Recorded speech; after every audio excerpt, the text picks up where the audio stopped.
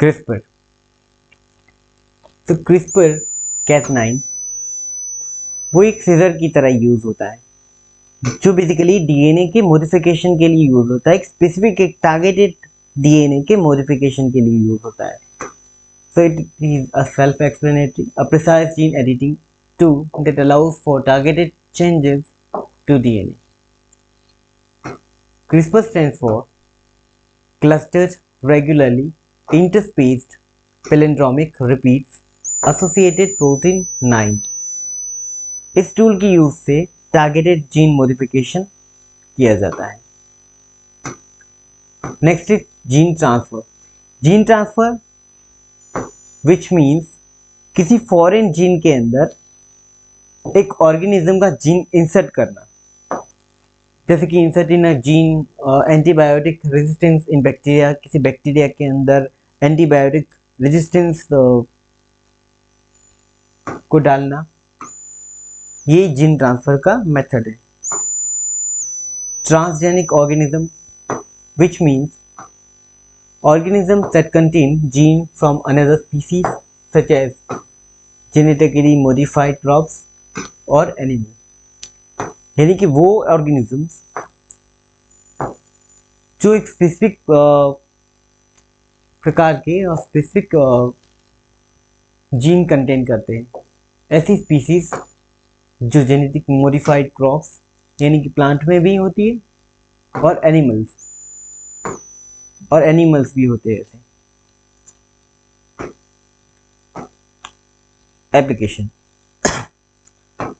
Application so what is the use of genetic engineering in agriculture.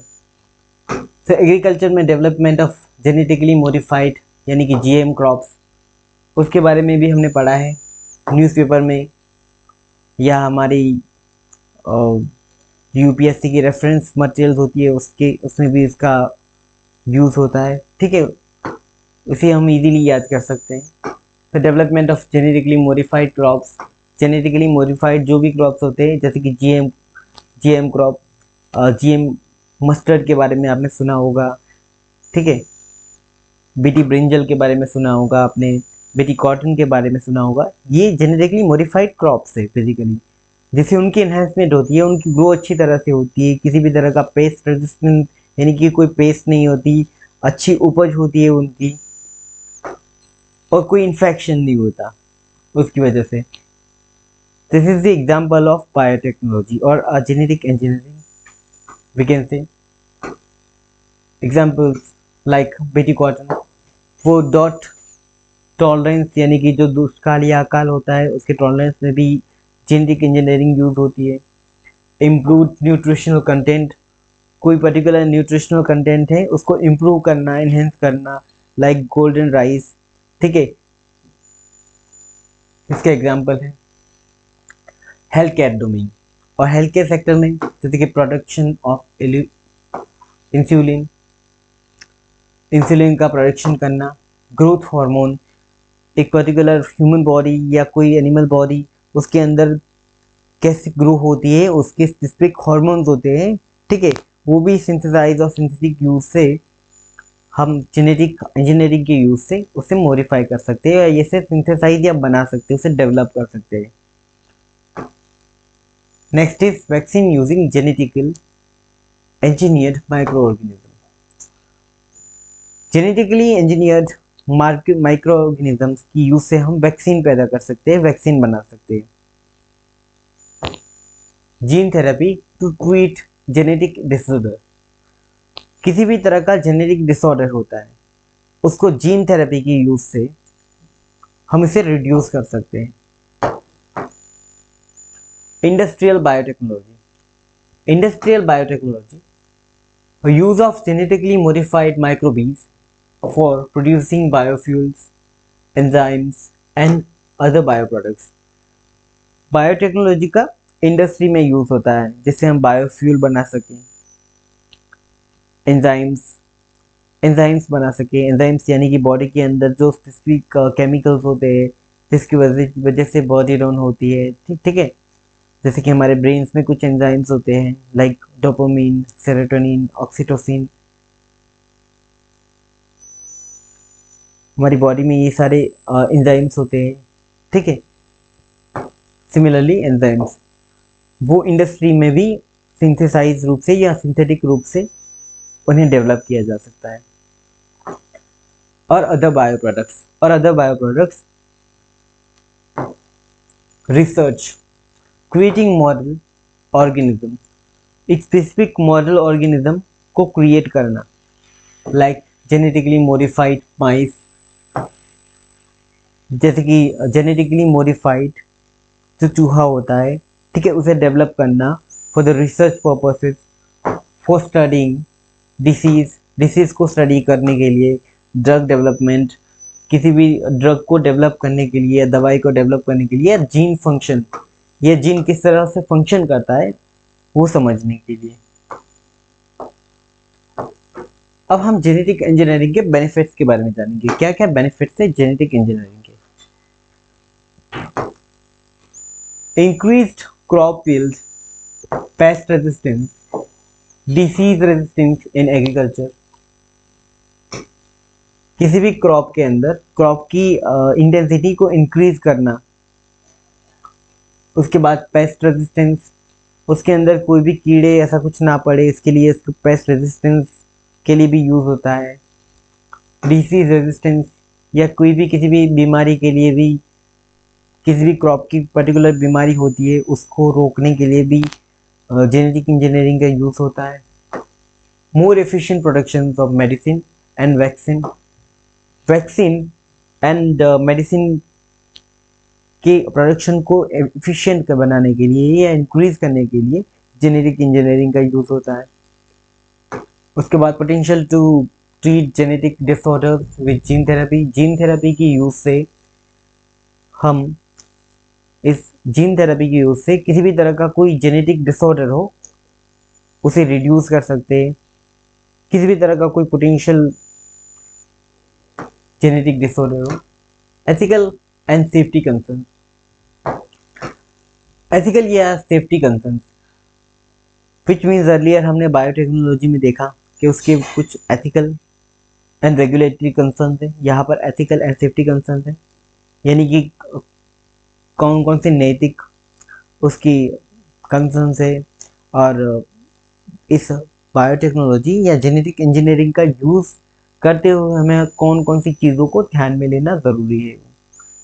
Which means which are the measures to take for the ethical and safety concern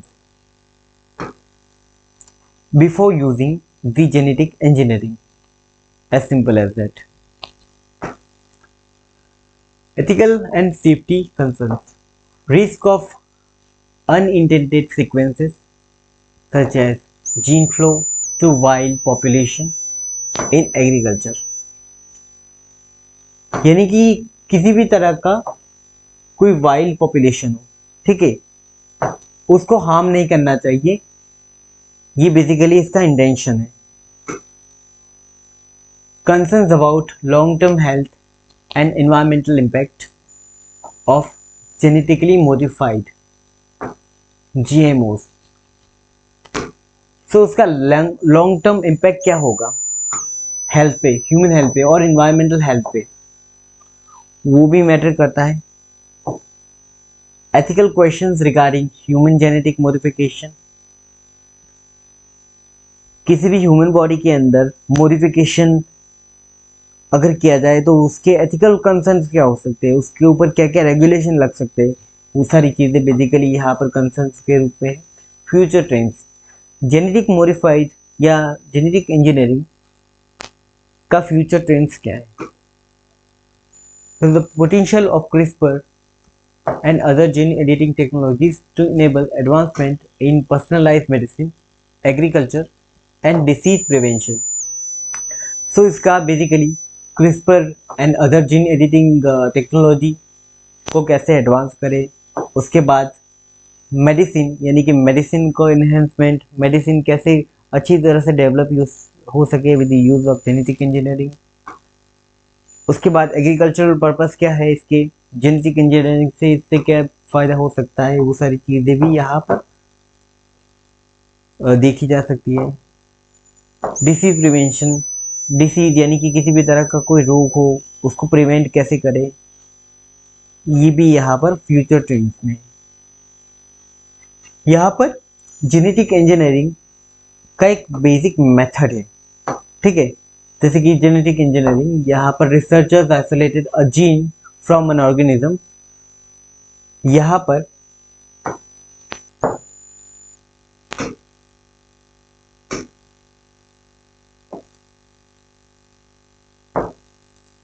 पर देखें तो researchers ने एक organism को separate किया है, ठीक है, has a treat and they want to impact to a plant.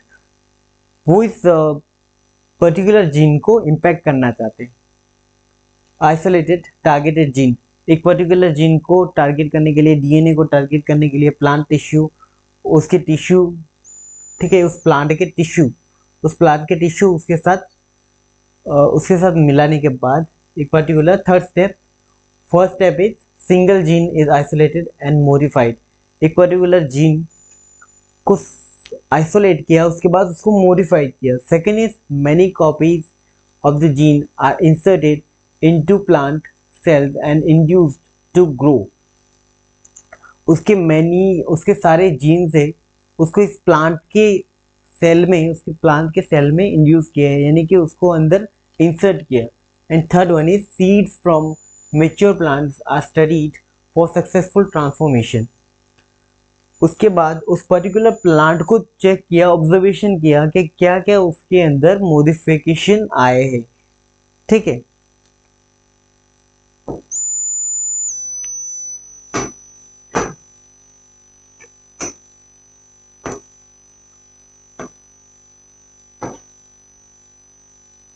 Chromosomes, chromosomes, तो क्रोमोसोम्स के बारे में आपने सुना होगा इन 10th 9th, ठीक है। बायोलॉजी में स्पेसिफिकली इसके टॉपिक्स रहते हैं क्रोमोसोम्स, यानी कि मैं इसके बारे में आपको बताता हूँ। ये एक सेल है, एक सेल है, सेल के अंदर ये न्यूक्लियस है, न्यूक्लियस के अंदर ये क्रोमेटिन है, ये हमारा जेनेटिक मटेरियल रहता है। इस जेनेटिक मटेरियल के अंदर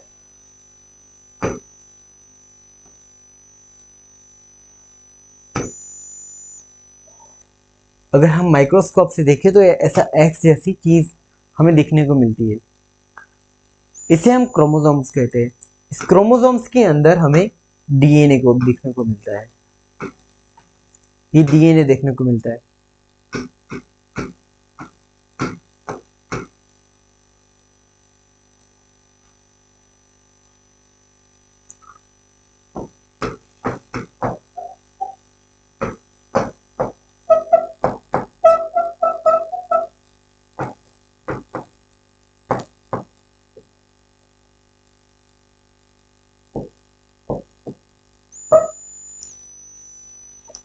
ये डीएनए देखने को मिलता है, ठीक है।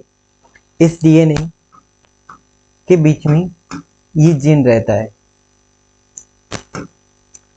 यहाँ पर हम adenine, thymine, guanine, cytosine, guanine, cytosine, guanine, thymine, adenine, ऐसे करके लाइन में इंफॉर्मेशन ट्रांसमिट रहती है from adenine to guanine, guanine to cytosine, cytosine to thymine. इसी तरह से इंफॉर्मेशन ट्रांसफर होती है from one to another, from one to another. Chromosomes basically क्या है? क्रोमोसोम्स वही है जहां पर हमारी इंफॉर्मेशन स्टोर रहती है। इसमें मेल में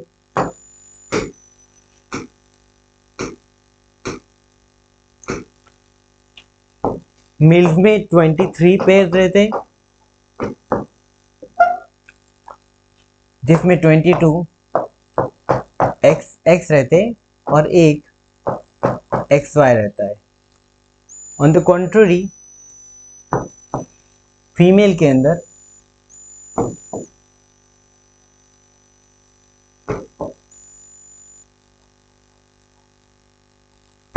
ट्वेंटी टू रहता है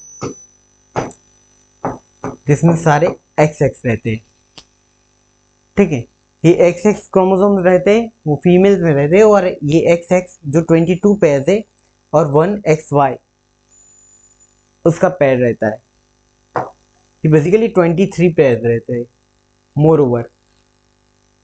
सो definitions of chromosomes, so chromosomes are thread like structure, एक डोरी जैसा स्ट्रक्चर होता है हमारे न्यूक्लियस के अंदर, thread like structure composed of DNA, DNA से बना हुआ होता है, एंड प्रोटीन, और मेनली उसके अंदर प्रोटीन भी होता है, protein histone like histone protein, and found in the nucleus of cell, nucleus के अंदर होता है, सेल में जो न्यूक्लियस होता है ना, जैसे कि हमने यहाँ पर बताया अर्लियर कि ये सेल है, सेल में ये न्यूक्लियस है, न्यूक्लियस में ये क्रोमेटिन है, क्रोमेटिन के अंदर ये क्रोमोसोम्स देखने को मिलता है।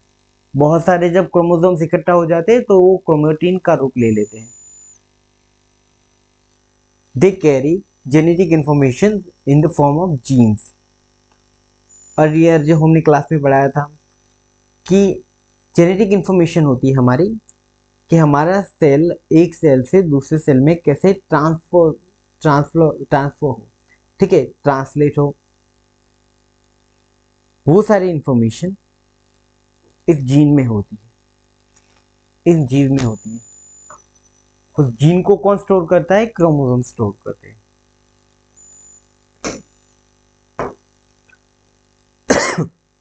Structure, DNA, so DNA, which means deoxyribonucleic acid, the genetic material is wrapped around histone, histone protein के अंदर जेनेटिक मटेरियल रैप होता है टू फॉर्म क्रोमेटिन, क्रोमेटिन बनाने के लिए, यानी कि क्रोमेटिन बनाने के लिए जेनेटिक मटेरियल उसका रैप्ड होता है हिस्टोन प्रोटीन के around, which condensed into visible chromosomes during the cell division, जिसकी वजह से हमें क्रोमोसोम दिखने को मिलते हैं। जब सेल डिवाइड होता है तो क्लियरली हम माइक्रोस्कोप में अगर देखें तो हमें क्रोमोसोम्स देखने को मिलते हैं।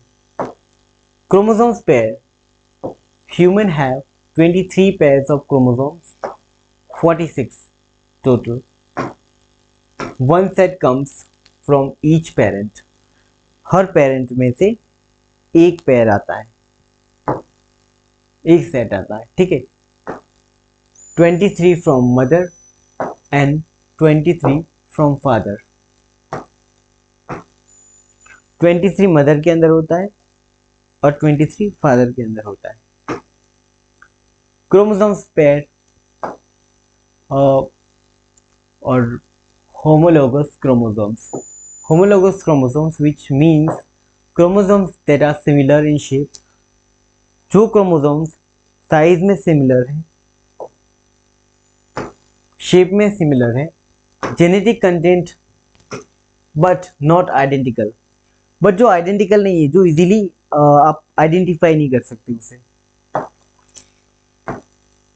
One member of the pair is inherited from each parents, मतलब एक फैमिली के अंदर ये पर्टिकुलर जो आप देख रहे हैं यहाँ पर, ठीक है, वो एक सेट एक पर्टिकुलर या चाहे मदर में से आए या फादर में से आए, एक सेट हमेशा एक पर्टिकुलर प्रोजेनी में रहता है और उसके आगे। Functions, what is the functions of chromosomes? So chromosomes carry gene, the basic unit of inheritance. Chromosomes वो बेसिक यूनिट है इनहेरिटेंस का, that determines trait, वो डिटरमिन करता है कि आगे आने वाली जनरेशन में कौन कौन से गुण होंगे, ठीक है, कौन कौन से गुण होंगे in the organisms during the cell division, cell division के दौरान जब सेल अलग अलग होते हैं, ठीक है, एक सेल में से 2 सेल बनते हैं, 2 सेल में से 4 सेल बनते हैं। Chromosomes ensure that genetic information is accurately passed on to daughter cell.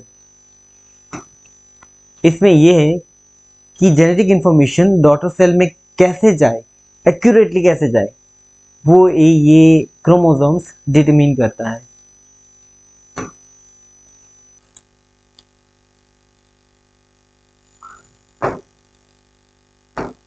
यहाँ पर कुछ बेसिक डिफरेंस है between chromosomes and gene.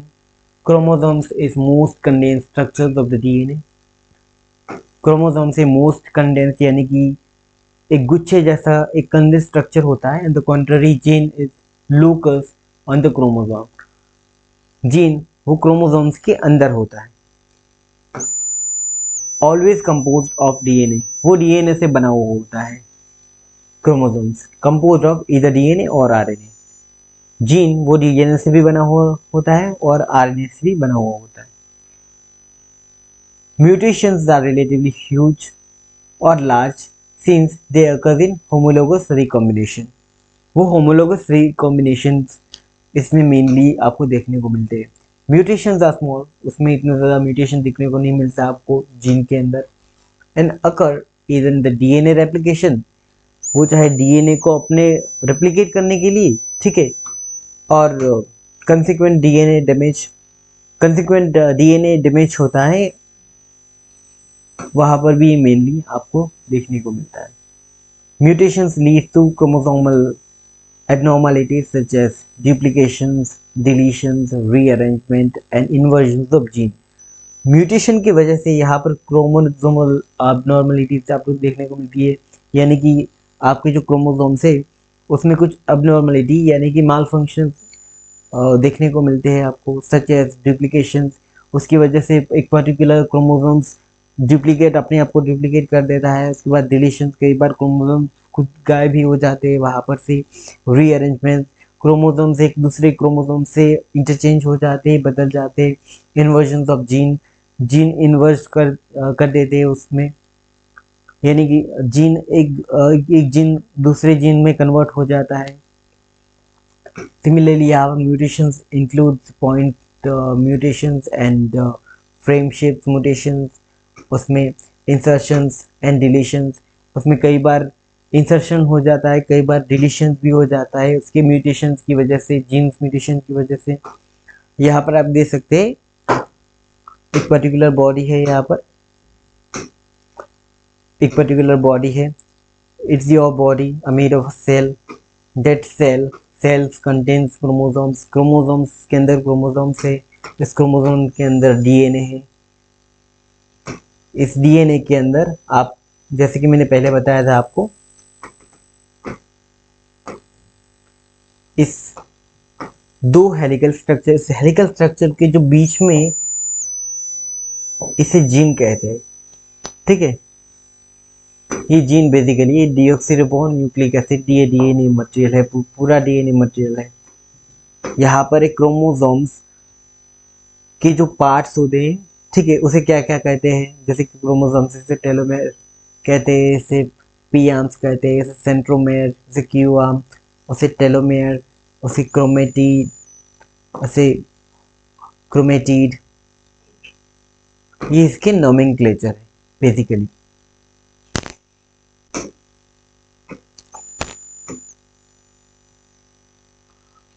This is all for today. आगे हम Mendel's law of inheritance cover करेंगे।